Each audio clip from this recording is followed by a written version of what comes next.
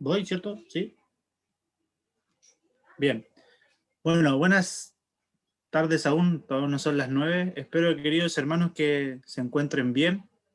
Luego de cada tiempo que hemos tenido de alabanza, de adoración y ciertamente de oración también. Ahí cuando nos juntamos en grupos a orar, es sin duda algo que se extraña presencialmente, pero que gracias a la tecnología podemos seguir teniendo.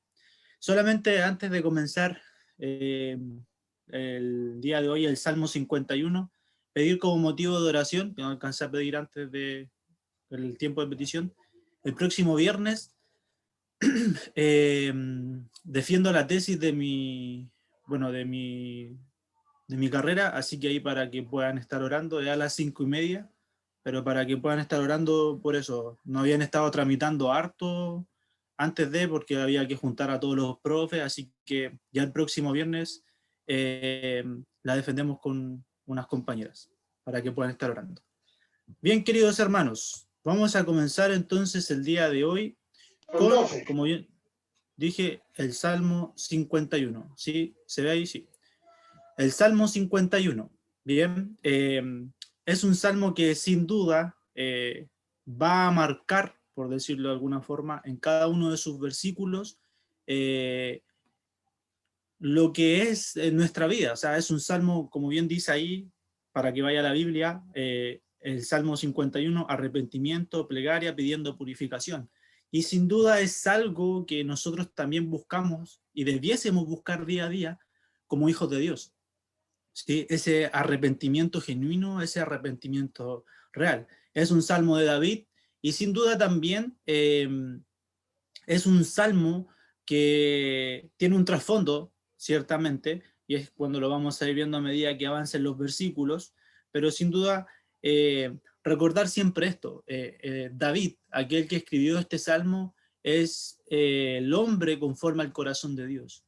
Y una de las cosas de por qué es el hombre conforme al corazón de Dios es justamente por este arrepentimiento que él se genera a causa de sus pecados. Y ciertamente también es un arrepentimiento tan genuino que este arrepentimiento conlleva a que él, a causa de lo que se arrepiente en estos versículos, no lo vuelva a cometer nunca más.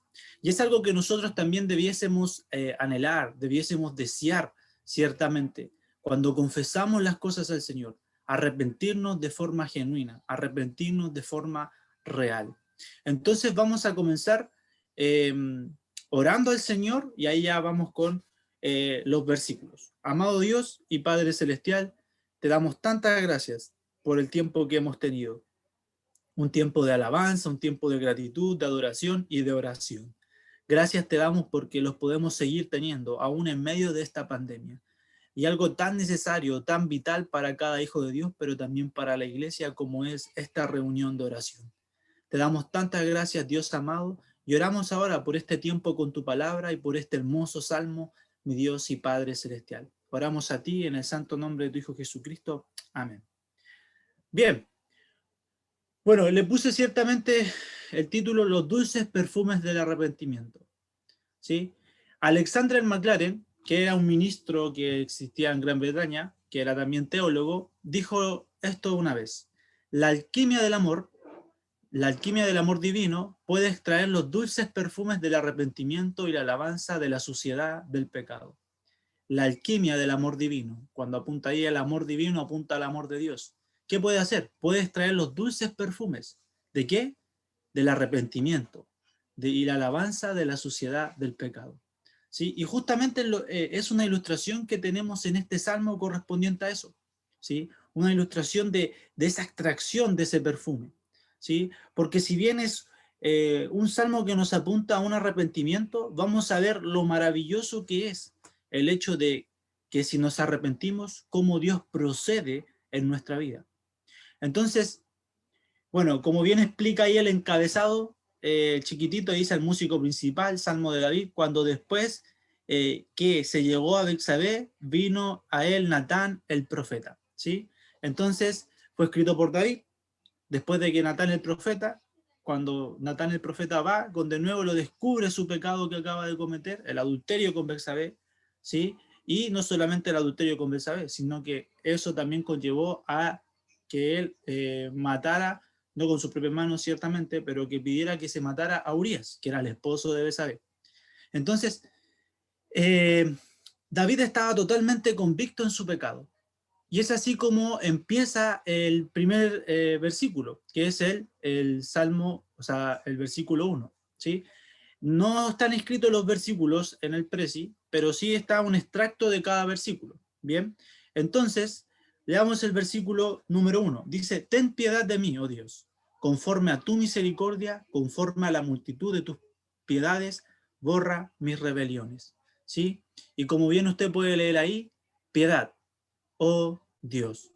Y es ciertamente lo que David le está pidiendo en este momento y en ese entonces, luego que Natán viera y lo confrontara a Dios. ¿Sí? ¿Qué dice aquí en cierto sentido? Ten piedad de mí, oh Dios, ¿conforme a qué? A tus misericordias. ¿Sí? Ruego que me tengas misericordia, es lo que le está diciendo David a Dios. Ruego que me tengas misericordia, porque mi pecado ya fue descubierto. Por más tiempo que él lo escondió, el pecado fue descubierto. Y eso también es un principio. El pecado siempre sale a la luz, querido hermano. No importa cuánto tiempo lo esconda. Lo puede esconder un año y usted puede decir, ah, no, ya no. 2 años, 3 años, pero siempre va a salir a la luz. Y le pasó a David. Entonces dice, ruego que me tengas misericordia. Si bien merezco castigo, ¿sí? Porque dice, conforme a la multitud de tus piedades, borra mis rebeliones. ¿Sí? Si bien merezco castigo, merezco ser castigado por lo que hice, pero tú eres Dios de piedades. Conforme a la multitud de tus piedades, borra mis rebeliones. Y en base a esto, ciertamente, te ruego lo siguiente, te ruego que no me trates según lo que merezco. Fíjese ahí un poco, misericordia, es que Dios no nos trata como los merecemos. Por más del mal que usted ha hecho, Dios no nos trata con ese mismo mal. Y es la misericordia que David le está pidiendo aquí a Dios. Ten piedad de mí, oh Dios, conforme a tu misericordia. Primero, David sabía quién era Dios. Ciertamente, lo tenía clarísimo. Sabía cómo era él, sabía sus atributos, sabía su forma de ser, su forma de actuar. ¿Sí? Y eso también lo llevó a que este salmo fuera escrito en ese sentido. Conforme a tu misericordia. Y David sabía que Dios no le iba a pagar de la misma forma que él pecó. Por eso le dice conforme a tus misericordias, pero también abajo dice conforme a la multitud de tus piedades, borra mis rebeliones, de tus piedades. ¿Sí? Entonces, en base a esto, no me trates como te merezco, como me merezco. ¿Sí? Tus misericordias son muy abundantes.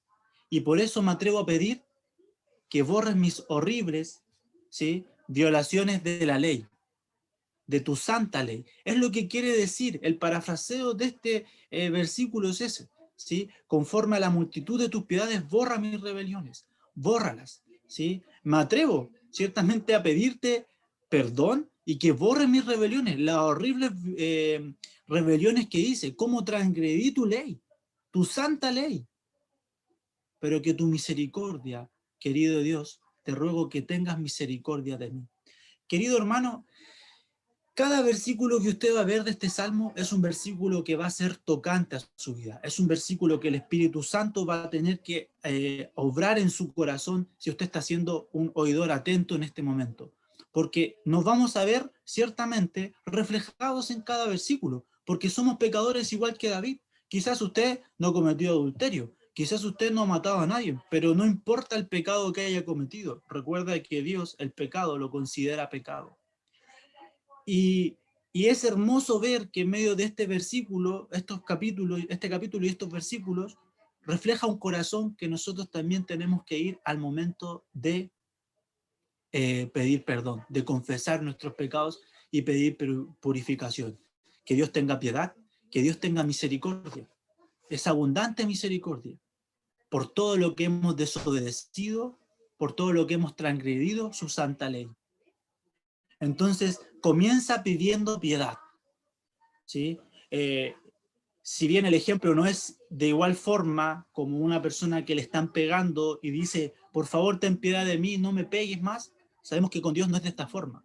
Pero si usted lo ve de esa forma, debería ser así, pero no lo es, porque sus misericordias son mayores. Entonces, querido Dios, lo cierto es que Dios tiene piedad conforme a sus misericordias. Y esas mismas misericordias que David está pidiendo en este primer versículo son las mismas misericordias con las que Dios sigue actuando en nuestra vida. Fíjese ahora el versículo 2.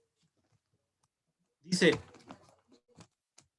lávame más y más de mi maldad y límpiame de mi pecado. ¿Sí? Entonces, ahí tenemos, lávame y límpiame. Lávame más y más de mi maldad y límpiame de mi pecado. Usted se va a estar dando cuenta a medida que van los versículos que David tenía muy clara su condición. ¿Sí?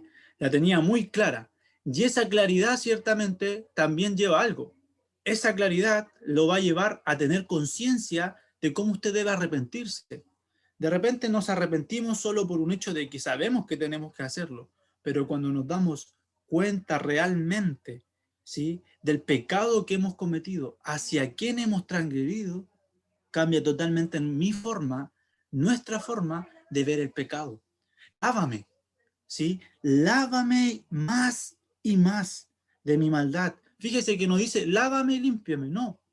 Dos palabras que se repiten, más y más. O sea, tenía claro que él había pecado más y más, por decirlo de alguna forma.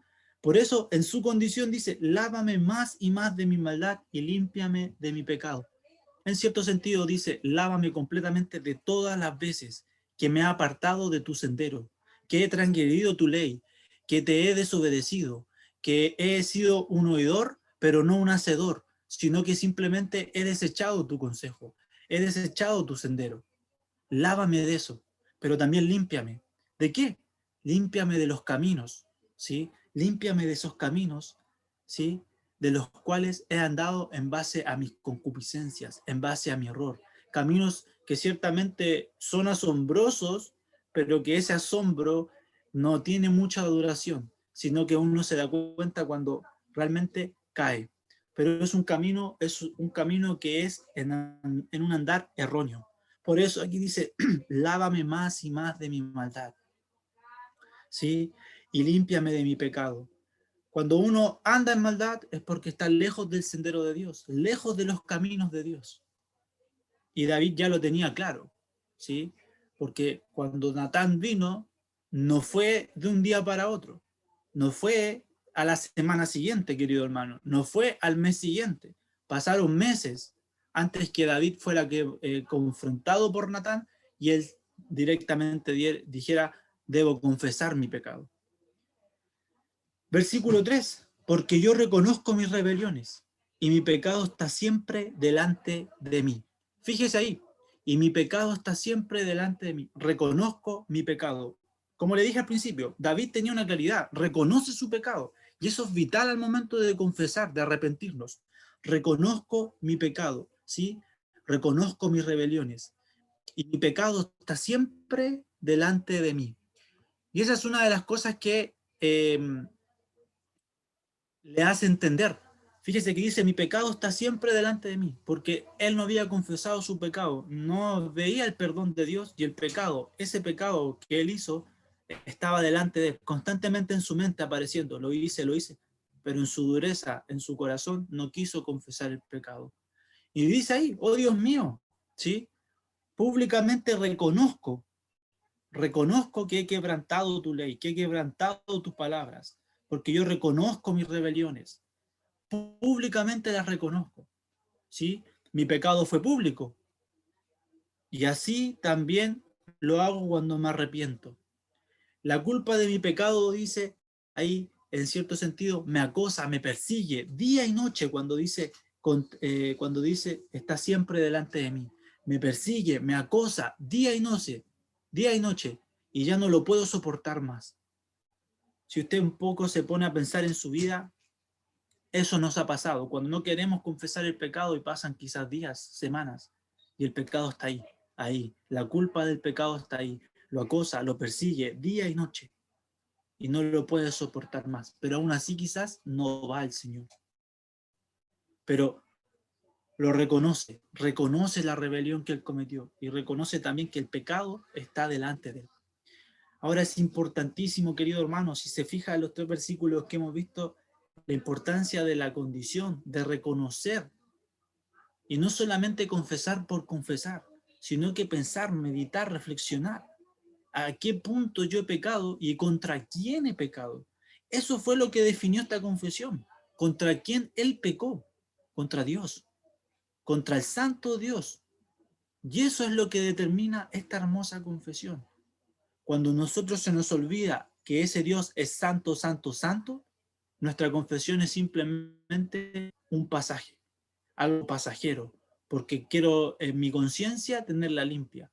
Pero cuando recuerdo que Él es santo, santo y santo, mi confesión es genuina, mi confesión es sincera, mi confesión es de todo corazón. Y eso es lo que David me hace entender en este momento, ¿sí? Me hace entender en este momento.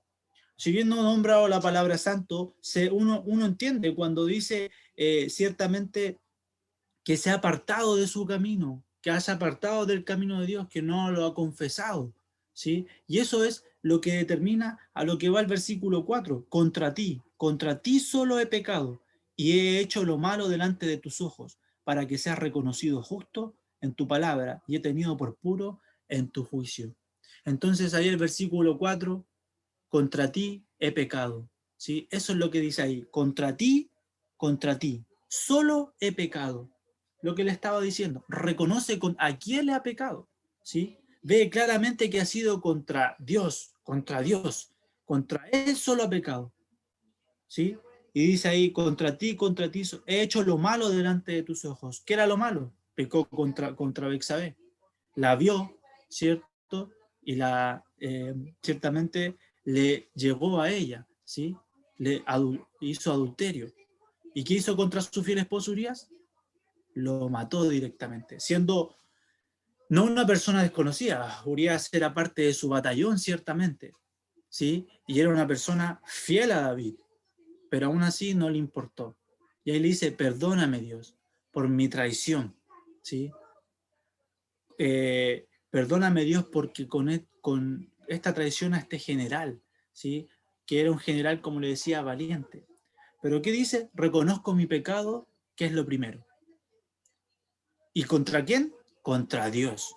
Eso es lo esencial. Reconozco mi pecado, reconozco qué hice, pero también contra quién he pecado, ¿sí? Entonces, eh, la ley de Dios había sido quebrantada. No solo había sido quebrantada, sino que cuando uno peca ha desafiado directamente la voluntad de Dios. Y cuando no tenemos esa conciencia y esa claridad, andamos en nuestras vidas cristianas viviéndolas como uno más, ¿sí? Como muchos pseudos cristianos, como muchas personas que se denominan cristianos, pero sus vidas están totalmente contrarias a lo que la palabra de Dios dice. Porque el nombre de Dios deshonran, porque ciertamente están desafiando la voluntad de Dios clara, que anhelemos la santidad, que caminemos en santidad. No estoy diciendo que no podamos, que no vamos a pecar, pero aquí es la diferencia. David pecó, confesó, se arrepintió, no lo volvió a hacer y fue llamado el hombre conforme al corazón de Dios. Y al final de ahí del versículo 4, y he tenido por puro en tu juicio, ¿sí? Tú estás completamente justificado en cualquier sentencia que pronuncies sobre mí. O sea, Dios, si él quería matar a David, por decirlo de alguna forma, David no tenía en qué quejarse. Y eso es lo que le hace entender en este versículo. No me puedo quejar. Tus juicios son correctos, son perfectos. Yo no me tengo por qué quejar, ¿sí? Y no puedo hallar ningún fallo en la decisión que tú tomes sobre mí. Ese es un arrepentimiento genuino. Ciertamente vamos a llegar a otro contexto en este versículo, ¿sí? Nosotros tenemos esa seguridad de que por la sangre de Cristo, Él es nuestro mediador, Él es el que justifica ciertamente nuestra vida ante Dios, ¿sí? Pero no por eso también vamos a pecar deliberadamente o no nos vamos a arrepentir genuinamente. Versículo 5, he aquí, en maldad he sido formado, y en pecado me concibió mi madre. Entonces ahí el versículo 5 nos dice, nací en la iniquidad, ¿sí? Nací en la iniquidad. ¿Por qué? Bueno, he aquí, en maldad he sido formado, hay la iniquidad, y en pecado me concibió mi madre. Señor, aquí directamente le dice, no soy bueno, no tengo nada de bueno, ¿sí? Nací en la iniquidad, ¿sí? Y yendo todavía más atrás, en pecado fui concebido. O sea, le dice, he aquí, en maldad he sido formado, nací en iniquidad, pero después dice, y en pecado me concibió mi madre. Esto nos está diciendo ciertamente que no quiere implicar que David menosprecia a su madre, sino que simplemente está externando algo y una verdad que a todos nos compete, ¿sí? Quiere decir solamente que ha cometido pecados y que todos somos pecadores por naturaleza. Y es una verdad que nunca se nos tiene que olvidar, porque eso nos va a hacer andar con temor en la vida cristiana.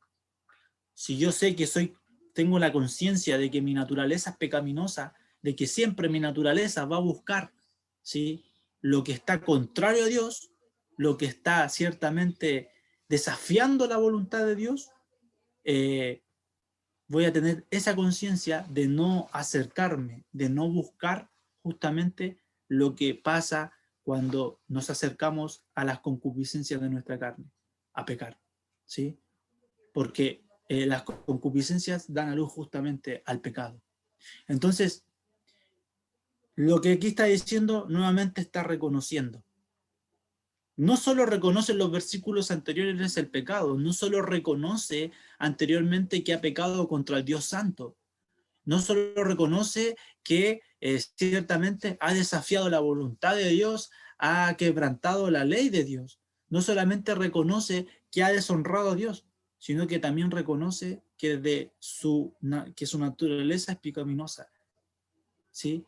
Que al ser pecaminosa, ciertamente cedió y buscó lo que su naturaleza quiso. Y no se está justificando, querido hermano, simplemente está recordando esa gran verdad que a muchos se nos olvida. Versículo 6, he aquí, tú amas la verdad en lo íntimo, y en lo secreto me has hecho comprender sabiduría. Íntimo, ¿sí? La palabra clave en este versículo. He aquí, tú amas la verdad en lo íntimo. Tenemos claro que Dios aborrece el pecado, ¿sí? Y lo hemos visto como David confesa, pero ¿qué ama? La verdad en lo íntimo, ¿sí? Pero tú aborreces el pecado, pero amas la verdad, la fidelidad en lo íntimo, ¿sí? En lo íntimo del hombre. Y entonces aquí ciertamente le dice, y en lo secreto me has hecho comprender sabiduría, entonces ahora vengo a ti y pido que me enseñes justamente eso, la sabiduría en lo profundo de mi corazón, de ese corazón que es engañoso, de ese corazón que busca lo que es la carne. Pero aquí le dice, y en lo secreto me has hecho comprender sabiduría. Pido que me enseñes la sabiduría en lo profundo de mi corazón. Aquí ya ciertamente comienza otro tipo de forma de arrepentirse. Ya le dejó claro en los 5 versículos anteriores lo que él había hecho, cómo se había comportado, ¿sí? Pero ahora le dice, sigo siendo un pecador, pero en esa verdad, lo íntimo, lo quiero empezar a buscar, lo quiero hacer, para que me enseñe sabiduría en lo profundo de mi corazón. Y si le enseña sabiduría en lo profundo de su corazón, ¿qué va a hacer? Se va a alejar ciertamente de todo aquello que a Dios no le agrada y se va a acercar ciertamente a todo aquello que Dios le agrada. Y en cierto sentido, como resumen, va a estar caminando como un hijo de Dios. Porque un hijo de Dios, un cristiano, un discípulo, busca las cosas que a su Señor le agradan. Y en este caso es la sabiduría en base a la palabra de Dios, ¿sí? Versículo 7, y aquí ya empieza un proceso más de entender y comprender que Dios perdona y que lo limpie. Purifícame con hisopo y seré limpio. Lávame y seré más blanco que la nieve. ¿Sí? Purifícame como hisopo. Purifícame como hisopo. Ahora, ¿qué quiere decir esto? ¿Sí? Bueno, por amor al tiempo, ciertamente ahí si usted va a Levítico, si está notando 14:1 al 8, el hisopo con el agua fueron empleados en la ceremonia, ¿cierto? Para la limpieza de un leproso. Recuerde que antiguamente, en esos tiempos, el leproso era una persona que estaba, con la palabra, estaba, eh, se me fue, estaba, ¿Aislado? claro, gracias, sí, aislado de la gente, no se podía acercar a la gente, ¿sí? Entonces aquí le dice, purifícame como hisopo y seré limpio, lávame y seré más blanco que la nieve. Entonces, ahí si usted está notando, como le dije, Levítico 14:1 habla justamente de eso, que en esa ceremonia se empleaba una limpieza a un leproso. Ciertamente David no estaba haciendo un leproso, pero se estaba poniendo en un lugar de un leproso de forma moral, ¿sí? De forma moral, de forma moral ante el mundo. Y le dice, purifícame como hisopo y seré limpio. Lávame y seré más blanco que la nieve, ¿sí? Purifícame como hisopo y seré limpio. Ya aquí David comienza con una claridad de lo que no solamente es Dios, sino de lo que Dios puede hacer. Es la misma esperanza y la misma seguridad que usted, querido hermano, y yo tenemos cuando vamos a Dios. Cuando recordamos primera de Juan 1:9, que si confesamos nuestros pecados, Él es fiel y justo para perdonar nuestros pecados y limpiarnos de toda maldad. Ese es ciertamente el hisopo que está pidiendo aquí David para poder ser limpio, ¿sí? Para que Dios lo lave y va a ser más blanco que la nieve. ¿Sí? Entonces, purifícame, purifícame. Como bien usted sabe, el capítulo, o sea, el capítulo 51 en su título dice arrepentimiento. Vimos los primeros versículos ese arrepentimiento genuino. O sea, si usted se pone a pensar, querido hermano, yo cuando lo empecé a leer dije, nunca me he arrepentido así, desde mis 2017, desde mis 13 años, 14 años de cristiano, nunca he tenido un arrepentimiento de esta forma. No estoy diciendo que tengan que ser las mismas palabras, ojo, pero viéndose corazón. Y no solo de arrepentimiento, sino también de purificación, ¿sí? Y aquí le pide directamente, recordando esa ceremonia de limpieza, límpiame de igual forma, Señor, para que yo pueda quedar blanco como la nieve. Quizás todos hemos tenido la oportunidad de ir a la nieve, ¿sí? Y usted sabe ahí lo blanco que es la nieve, a tal punto que los rayos del sol rebotan en la nieve por lo blanco que es. Y eso que apunta a que usted de repente se pueda quemar incluso, por eso uno se echa bloqueado en la nieve.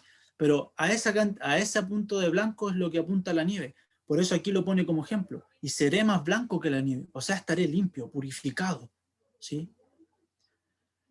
Y esto que dice acá es lo mismo que podemos ser en Cristo, ciertamente. Somos limpios como la nieve. ¿Sí? Somos blancos como la nieve. Nuestro corazón es limpio de todo pecado gracias a el hermoso sacrificio de Cristo. Entonces, purifícame como hisopo. Y después el versículo 8 dice, hazme oír gozo y alegría, y se recrearán los huesos que has abatido. ¿Sí? Hazme oír gozo y alegría. ¿Cuánto tiempo ciertamente estuvo David sin confesar? ¿Y qué pasó con eso? Perdió. ¿Qué perdió? A causa del pecado perdió su canción, perdió su gozo, perdió su alegría. ¿Sí? Y en este sentido, a causa de su confesión, después de que el versículo 7 hiciera un quiebre entre el arrepentimiento y la purificación, comienza, hazme oír de nuevo ese gozo y esa alegría. Déjame oír de nuevo la canción con la que me regocijo. Estaba en una condición de alejado a causa de no querer confesar. ¿Sí? Incluso, fíjese qué pone acá, y se recrearán los huesos que has abatido. A tal punto, no había confesado David su pecado, que sus huesos se estremecían, sus huesos le dolían. No sé si usted puede llegar a conocer a una persona que tiene cáncer de hueso, ¿sí? Pero es un dolor muy fuerte. Hay cáncer que no duele, o sea, el cáncer que más duele incluso es el de hueso porque se siente como tal, ¿sí? Mi abuela precisamente, bueno, años atrás, murió de eso, de cáncer de hueso, y veía el sufrimiento que ella tenía, eh, lo sé también porque la tuvieron que llevar a mi casa, y cómo sufría a causa de eso. La morfina, hay un tiempo en que la morfina ya deja de ser efecto. Y es justamente cómo lo expone aquí, cómo lo emplea, ¿sí? Pensó incluso David que lo habían hecho cojo, por decirlo, lo habían roto sus huesos. Pero ese era el dolor que él sentía a causa de no confesar, ¿sí? Y a causa de eso no tenía alegría, no tenía gozo, no podía danzar delante de él, en esas fiestas santas que había. Y aquí directamente le dice, haz morir el gozo y la alegría. Y ¿qué pasa? Y se recrearán. O sea, esa fractura que había se sanará, ¿sí? Se sanará. Se sanará para que pueda ciertamente juntarse nuevamente en comunión con Él y junto al pueblo puedan alabar y puedan danzar en su nombre en las fiestas santas que ellos tenían en ese entonces. Entonces fíjese al punto que el pecado de David hizo no solo hizo en su vida, ¿sí? ¿A qué punto llegó? Que le dolían los huesos, le dolían a tal punto que parecía que tuviera fracturado. Versículo 9, esconde tu rostro de mis pecados y borra todas mis maldades. ¿Sí? Esconde tu rostro de mis pecados y borra todas mis maldades. Tu rostro de mis pecados, ¿sí? Esconde tu rostro de mi pecado. Te imploro, querido Dios, te imploro que vuelvas tu rostro de mis pecados en juicio y castigo. Borra hasta la última mancha de mis enormes inequidades. Ciertamente, como en su momento esas iniquidades le hicieron estar en el suelo, ¿sí? Le implora que su rostro lo vuelva. Esconde tu rostro de mis pecados. Lo devuelta en sus pecados y ciertamente lo pueda ver con un corazón purificado, con un corazón limpio. No se olvida, si se fija, sigue un poco confesando su pecado, no se olvida de él, lo vuelve a repetir, ¿sí? A pesar de que ya le pidió que lo purificara, lo hiciera reír, lo alegrara de gozo. Versículo 10, crea en mí, oh Dios, un corazón limpio y renueva un espíritu recto dentro de mí. Crea en mí, oh Dios, un corazón limpio. Creo que este versículo es conocido, ¿sí? Y quizás cuántas veces lo hemos dicho también en nuestras confesiones, en nuestras oraciones. Crea en mí, oh Dios, un corazón limpio y renueva un espíritu recto dentro de mí. ¿Sí? Mirando hacia atrás, ¿sí? Reconozco que todos los problemas están en mi corazón, están en mi mente. Por eso le pide, crea, oh Dios, un corazón limpio. ¿Y a causa de qué? De que su vida estaba contaminada, a causa de las cosas que quizás él veía, ¿sí? De las cosas que le entretenían, le formaron malos pensamientos, hasta que al final dio a luz ese pecado. Pero ahora pide que crea una mente, un corazón limpio. Porque se entiende, y uno también lo entiende, si la fuente o un río, ¿cierto?, está limpio, el agua que sale de ella va a ser limpia. Es al contrario si está sucia, ¿sí? Pero si está limpia, va a dar agua limpia. Y le dice ahí, renueva mi corazón, renueva mi interior, renuévame, ¿sí? Renueva mi ser interior para que sea constante contigo. Y así guárdame también de brotes de pecado en el futuro. Guárdame de lo que pueda llegar en el futuro a pasar, o a tentarme, o a estar ahí. Crea en mí un corazón limpio y renueva un espíritu recto dentro de mí. Y es sin duda una oración que constantemente debiésemos estar haciendo, porque día a día, querido hermano, nos enfrentamos a los pecados, nos enfrentamos a nuestras concupiscencias, a las tentaciones. Y día a día debiésemos estar diciendo, crea, oh Dios, en este día un corazón limpio, un corazón recto, ¿sí? Y renueva un espíritu recto dentro de mí, para así poder enfrentar todo lo que se pueda avecinar. Pero fíjese lo que dice el versículo 11, no me eches delante de ti, y no quites de mí tu Santo Espíritu, ¿sí? Tu Santo Espíritu. Ahora, ¿por qué? Bueno, contextualizando un poco, ¿sí? No me eches delante de ti, y no quites de mí tu Santo Espíritu. Antiguamente el Espíritu Santo iba y venía, ¿sí? No estaba en una condición como la que tenemos ahora, como la posibilidad, ciertamente, o como algo único que tenemos, que el Espíritu Santo esté morando dentro de nosotros permanentemente. En esos tiempos el Espíritu Santo venía e iba, ¿sí? No estaba ahí. Entonces, aquí David le dice, no me eches de delante de ti y no quites de mí tu Santo Espíritu. Cuando me dice ahí, no me eches delante de ti, yo digo, gracias Dios, porque si yo me pongo a pensar, en Hebreos dice que podemos entrar al trono de gracia, tenemos un acceso libre al trono de gracia, aún en mi pecar.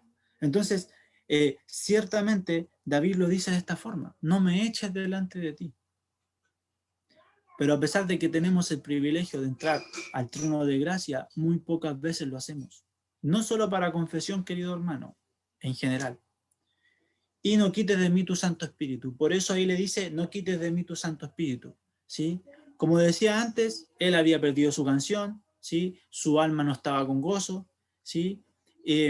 Entonces, dice, no me desampares, Señor, ni me apartes de tu presencia.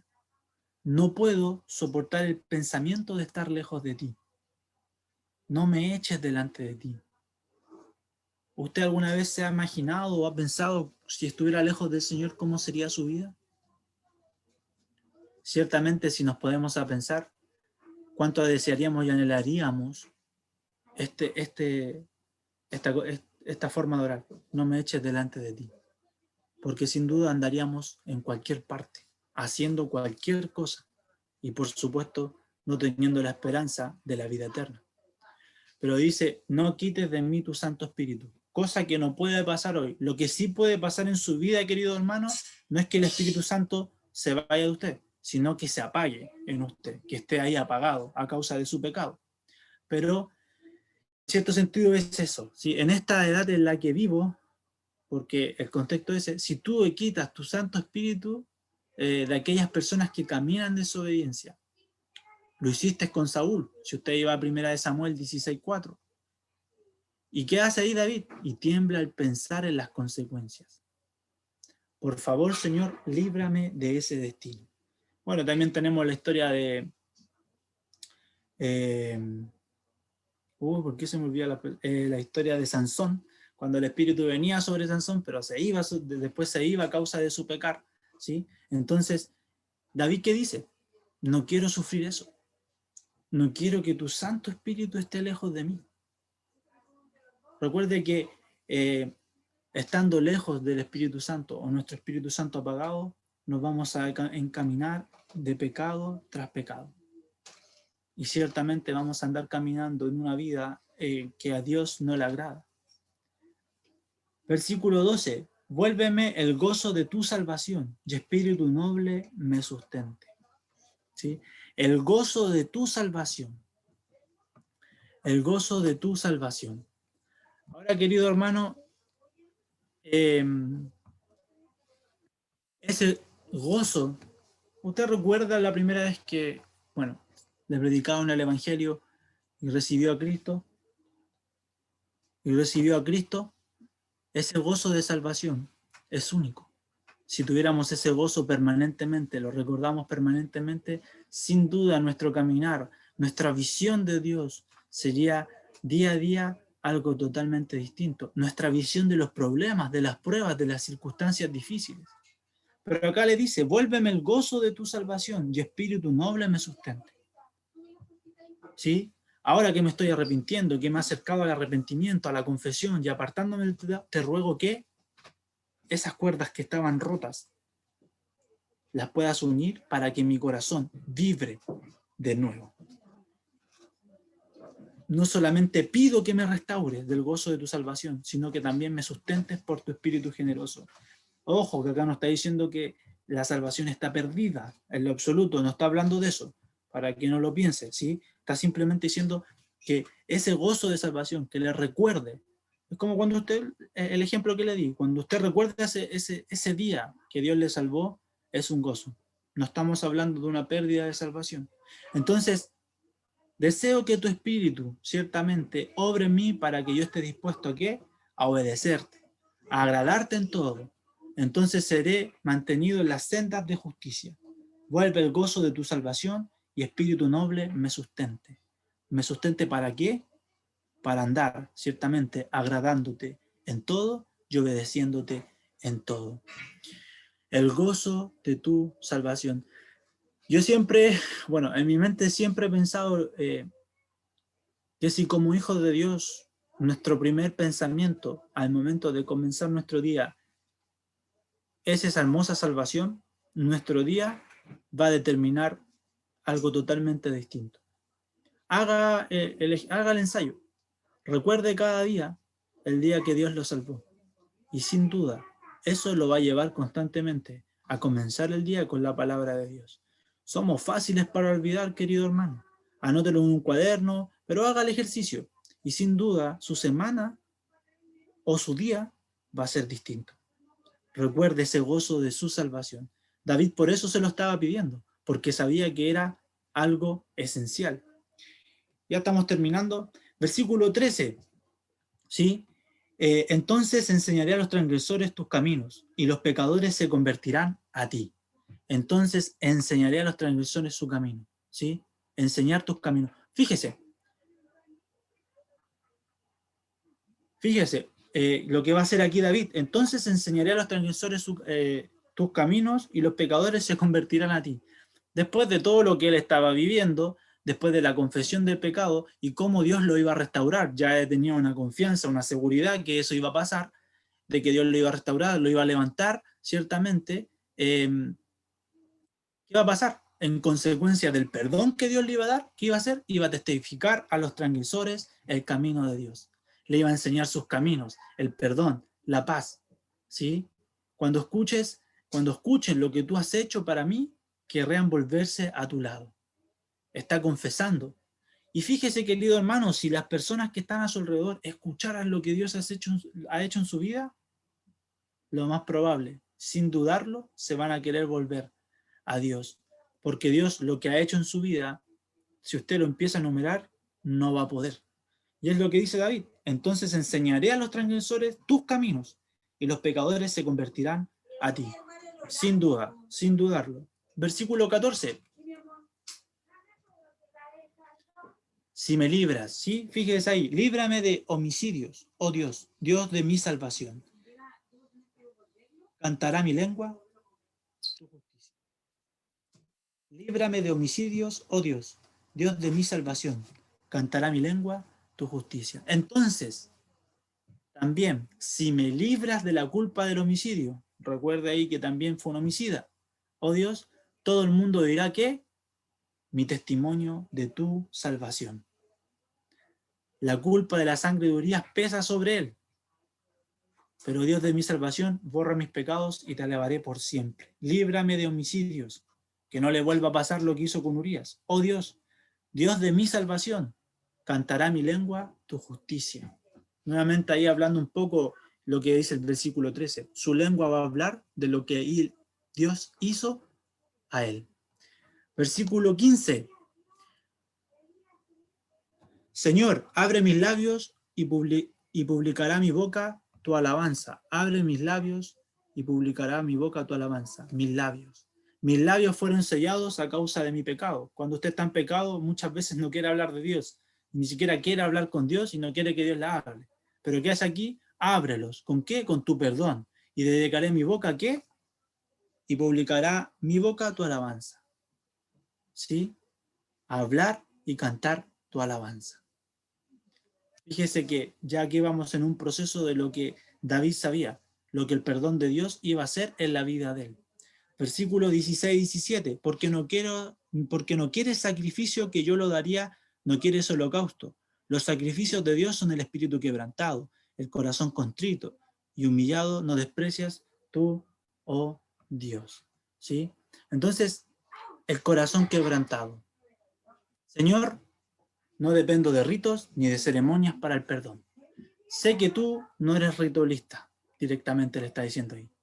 Si pensaras que deseas sacrificios de animales, te los presentaría, pero no quieres holocaustos. Porque el holocausto no agrada tu corazón. ¿Sí?